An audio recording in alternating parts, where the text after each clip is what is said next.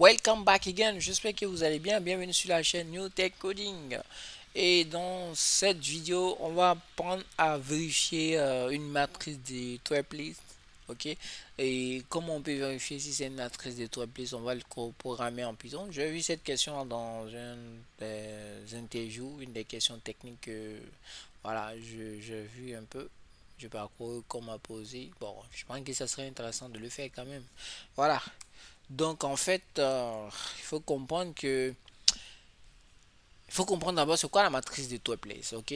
En algèbre linéaire, une matrice en fait de Toepley, c'est une matrice dans laquelle tous les éléments situés sur une même diagonale de gauche à droite et de haut en bas sont identiques. Voilà, je peux vous donner un exemple de matrice de Toepley par exemple.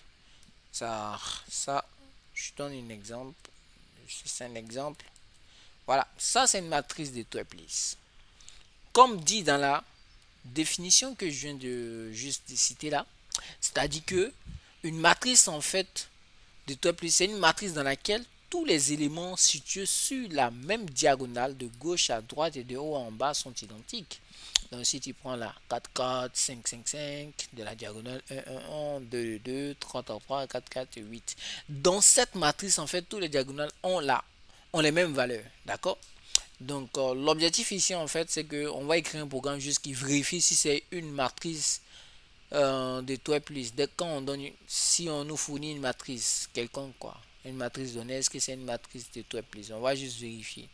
Donc, l'approche, en fait, l'idée est de vérifier pour chaque élément de la matrice, en fait, qu'il est égal à l'élément de haut à gauche de sa diagonale.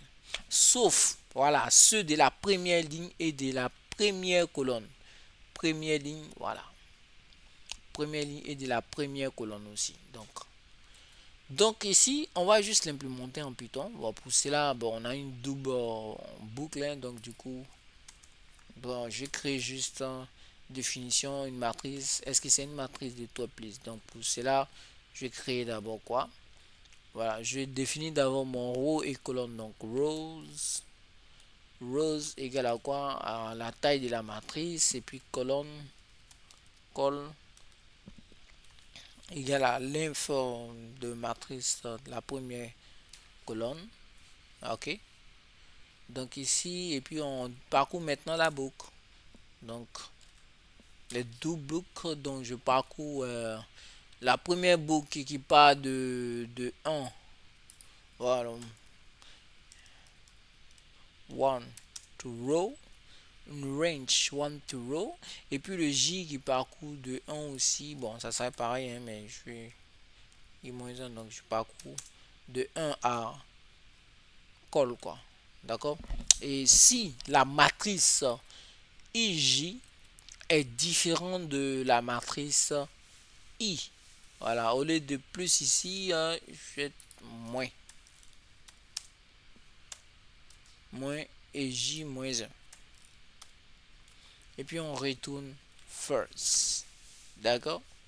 Voilà. Sinon, on retourne juste true.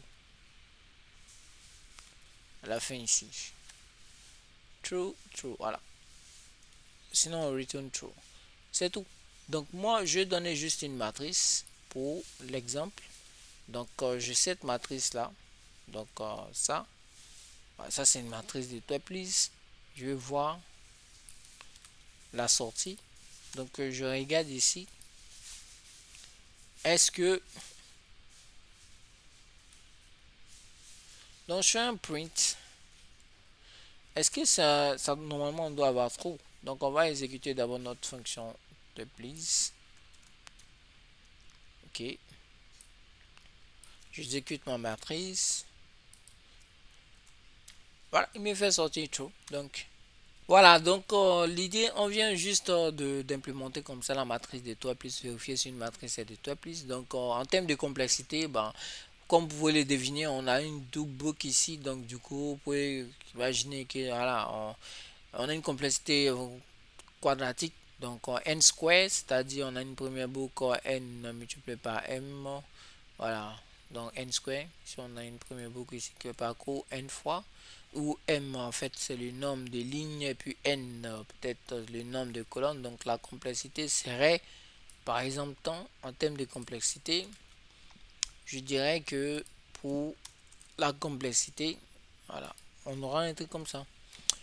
C'est-à-dire que n fois n ou m c'est le nombre de lignes et puis n c'est le nombre de colonnes, d'accord. Maintenant en termes d'espace ici, voilà, elle est constante, donc du coup parce que nous utilisons ici uniquement des variables supplémentaires quoi pour le parcours, donc pas vraiment besoin de, voilà, là c'est pas vraiment gourmand en termes de stockage, vraiment la complexité est très faible, c'est constant.